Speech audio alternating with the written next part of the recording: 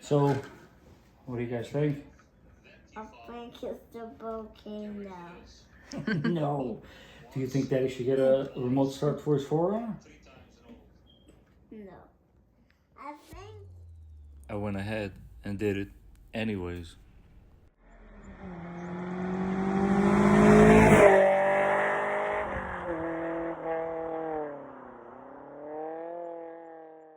Ladies and gentlemen, welcome back to the channel. This is the Vikings Garage.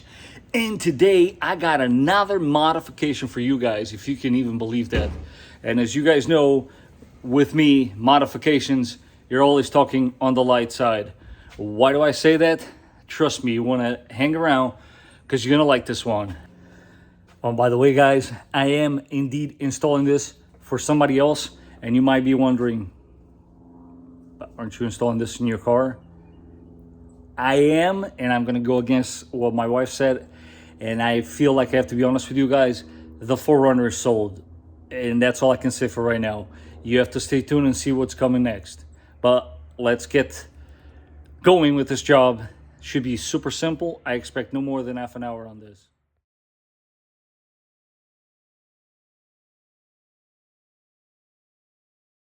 All right, so what we'll be using for right now, the S2000 as a bench, but this is the modification in question here.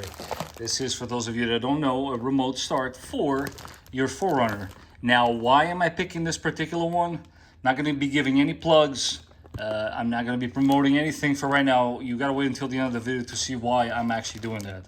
I'm doing this on the fly. I've never installed one of these as of yet. I've actually removed thousands of these because when we are PDIing a car to be sold, you got to remove everything aftermarket. But I'm not expecting a whole lot of tools to be used in this little modification. The one thing that I want to bring to your attention, guys, is as far as keys, make sure when you order it, as you can see there on the label, this is for a G key. G key is basically your regular key. This key will have, if this ever, you see the G there, which is upside down, there's the G engraved on the key. G key is basically just your regular key, so make sure you do not order the wrong one. But we're going to do this together. The reason why I'm promoting this guy is because this is plug and play. There's absolutely no cutting involved with this job. Now again, without even reading any instructions, I'm going to go ahead and say that the area in which we're going to be working with is this section right here. I went ahead and already removed the floor mat because you are going to have to remove this panel, that panel, and I'm not certain yet, but there's a chance that this entire panel has to come off too. I am, like I said, doing this on the fly because I want you guys to see how simple it is. And by the way, totally random, somebody commented on my update for 175,000 miles that he was more interested in knowing the condition of the seat. Well, sir, I hope you're watching. Here it is. This is what my seat looks like. It's basically external. Yes, the foam is sunken in just a tiny bit. But to be honest with you, I don't know how the last owner played a role on this. This has not changed much since 80,000 miles when I bought the car. It kind of was like that when I bought it. So I think that's a positive thing. The seat does not look very tired. But anyways, let's get on with the job and install remote start. So before we get carried away with the installation, let me go ahead and do just a quick unboxing. There's not a whole lot in the kit. This is actually, I would say, the important bit. Follow your instructions, and it should be super simple to do. After all, I guess I was wrong. It says in here that you are going to need a Phillips head screwdriver. They specify a long and a 10mm socket and ratchet combo. Extension, they say, is not required, but I'm going to go ahead and say it's probably going to help you. And they also do mention trim removal tools, which I show you which ones I'm going to use. But let's go ahead and tackle this job, shall we? What do you know? The angles on this video are probably going to be awful, but as always, I'm going to try to help you guys through the process because after all, guys, it's literally plug and play. There is no getting this wrong. Well, I don't think so. But anyways, this guy, you basically want to get your hands underneath this area. If you can't get your fingers in there, I'll show you a trick. Here we have, as stated before, one Phillips, 110mm on the socket and a ratchet. And then, as they stated, there are kits available. They come in all sorts of shapes and sizes. The reason why these are plastic, you probably guessed it, is so you don't gouge your panels. But for this one, I'm gonna go ahead with this guy. You wanna slide it underneath the carpet and this piece, lift it up with your fingers, yank it, don't worry. These clips, you wanna make sure that they're all still attached there. Put it to the side. And now we're gonna move on to this guy. I'm gonna go ahead and apply the parking brake, and looks like this. Let's see, can we get an angle of this? There we go. So to remove this guy, there is a small little piece back here right by this kick panel that you have to unscrew. Once you do get it out, this comes right off. And then again, don't forget to put the clip back in case it gets stuck over there. And so now you gotta remove these Phillips screws. As you can see here, I've already removed one because we're gonna have to remove this panel and that panel. That's all to access a connector that's on this side. Once you've done that, it should look a little something like this. This guy, you can always just leave it like so. No need to undo the little rag that sits there. Rag? Trim cloth? I don't know. Now, the reason why we were taking that off, well, not only to expose this area, but because we are going to take this off. And there's one guy right there, and this guy, which is hiding behind that cover. And let's not break my nail. Here. Yep. Another guy. So, 2 tens, take them off, yank this out, and not too far out of the dash because you got connectors right there. So let's get her done.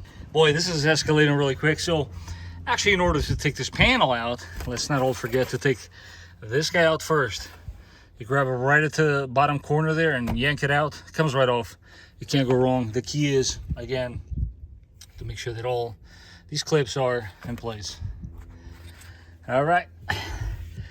And as previously stated, you got to undo these connectors. Don't worry where they go or don't go, because I'll show you right now on the fly here that they are different. So you cannot, there's no way you can mix this up. So, but as always, good tip is if you're unsure, you want to label it and then place the other label here. That's also a good procedure. But let's go ahead and do this. Got to undo this cable. I usually like to, super hard to do this one-handed, but you press down on this tab and out, and this should come right out as an entire handle. And this is basically what you want to end up with. Yes, it looks a little weird, but don't worry. Everything goes back in place. Super easy. And now I'm going to go ahead and follow the instructions, guys, so I don't mess anything up. And then we'll meet you guys here in a little bit when I'm somewhat, familiar with what I'm actually supposed to be doing. Okay, so hopefully I'm not making this too confusing for you guys, but I went ahead and started undoing some stuff. And this is actually not as complicated as it looks. So basically, this guy is going to end up, sorry, wires are getting in the way, but you're basically going to plug this guy onto the box. And these other 2 ends is very simple. You're basically bridging the circuit. You want to see circuit, you're going to go this guy. This guy needs to be unplugged and inserted in series with this wire that we have in our hands. Again, probably gonna need 2 hands, but yeah, you should have that harness, this harness, and this guy. And this actually looks like it's one of the most important parts of the whole bit, because we have to find the correct wire in which this is getting spliced into. So let's see. Again, step by step, but let me show you guys what I was referring to. So you unplug this one from there, plug it into your harness, plug it into there. Very simple. And then this is what you're left with. And as I was stating before, you plug the other end to this box and we proceed.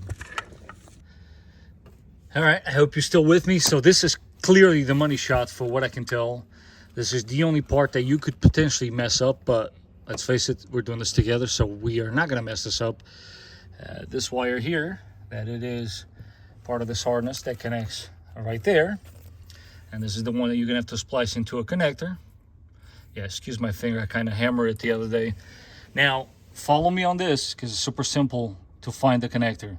So with this image, you're gonna look for that very top one.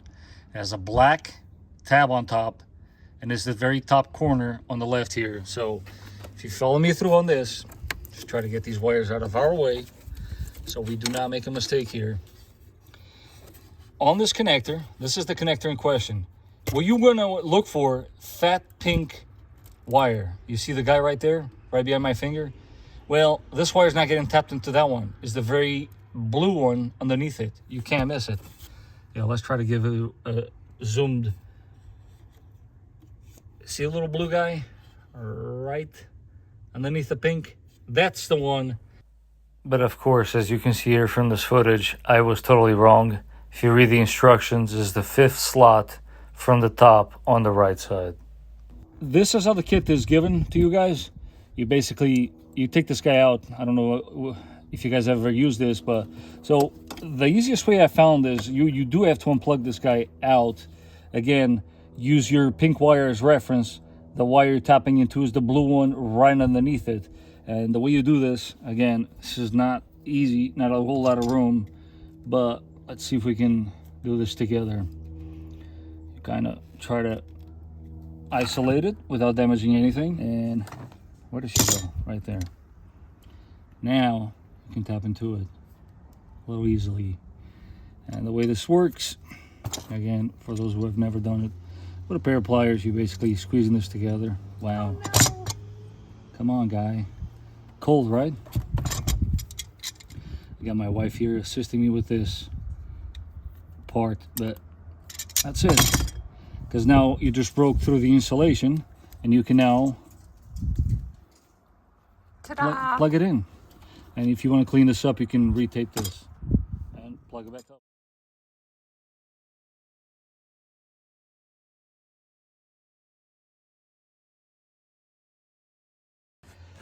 So, after several hours, and hopefully you guys don't fall into the same mistake as me, do actually read the instructions. That is the correct connector, but you gotta count 1 slot, 2 slots, 3 slots, 4 slots, 5th slot. 5th slot, blue wire, that is the one you're tapping into, and not that one underneath the pink one. So disregard that. 5th one from the top, just like the instructions say. This is the one. We should be in good shape now. Of course, do not forget to find a home for this ground. And there's many places you can actually put this. I mean, you technically could bolt it right up to this guy and you most likely would be fine because it looks like everything is connecting to the ground. But I took a step further. I investigated the area. And what do you know? What do you see right there? That, my friends, is, in my opinion, the perfect place to put this ground. So that's exactly what I'm going to do. And there you have it. Nice ground, good connection. I think the location is perfect. You can't go wrong with it. Now the connector that you have to bypass and plug into the circuit in series is this guy. This guy is originally over there. This is your harness for the alarm. And now the one, as crazy as it might sound, is your OBD2 connector, as I'm going to show you right now. Same story, bypass the connector into it, install it back in the same location so that when needed be, you can read your OBD2, and you're just about done. It is important, again, that we leave the this guy right there disconnected. I know this is a sea of wires, but this will make sense in a little bit. And last but not least, I almost started scratching my head on this one, but thank you guys for leaving a little note there, because clearly these 2 connectors are not being used. So now the fun part. All right, guys. So after several hours, I think we're getting somewhere. This is definitely one of those that you want to pay close attention to this portion of the instructions. Super duper important that you follow these instructions to the T. And listen, I'm going to do my very best here on camera to show you, but you still, I don't know how helpful this is going to be. You got to follow these instructions. First things first, put your key in the ignition only. Don't turn it, put it in the ignition. Got the box. You got to start off with the box unplugged. And what you're going to do is, little button down there, we're going to press and hold it. So I'm pressing and holding it. I'm going to connect it. This is really hard to show it on camera. So what are you going to do is, these lights are going to be flashing. What you want to do is release that button when you see the red and the blue lit up. See that? They're staying lit up. So now what you do is, you're going to connect everything else that you're supposed to connect back on. So you got one guy there, one guy here. I know the shine is annoying, but we're almost done. And then there's two more. So white one there, and then there's the red one there. And you should look a little something like this when everything is said and done. I hope that's visual enough for you guys. And once that's that, you still got the lights there. What it's telling you to do is basically, you're gonna press twice, once, twice. It's gonna do a little bit of a sequence. And once that sequence is flashing, you want to turn on the key. It's going to flash really fast, 10 times. And you have to wait until the blue one flashes fast as well. And that means that it is now communicating with the CAN bus.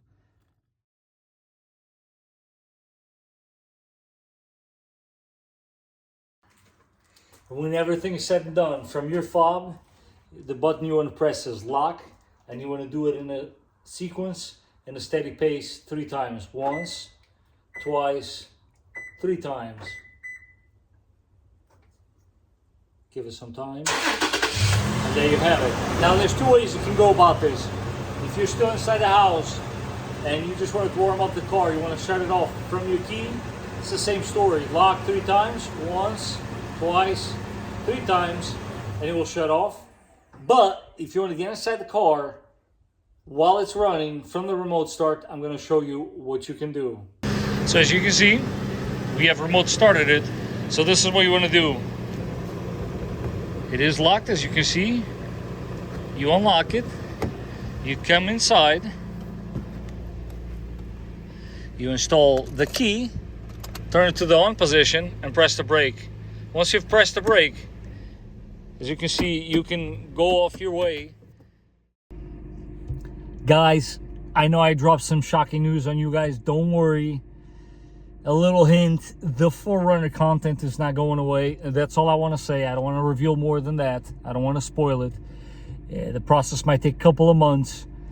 And most importantly, don't forget to tap into the correct blue wire. Don't be like me. Don't be a dummy and waste all this time because you tapped into the wrong wire. I hope these instructions were not too confusing for you. After everything is said and done, I can tell you it is not that complicated.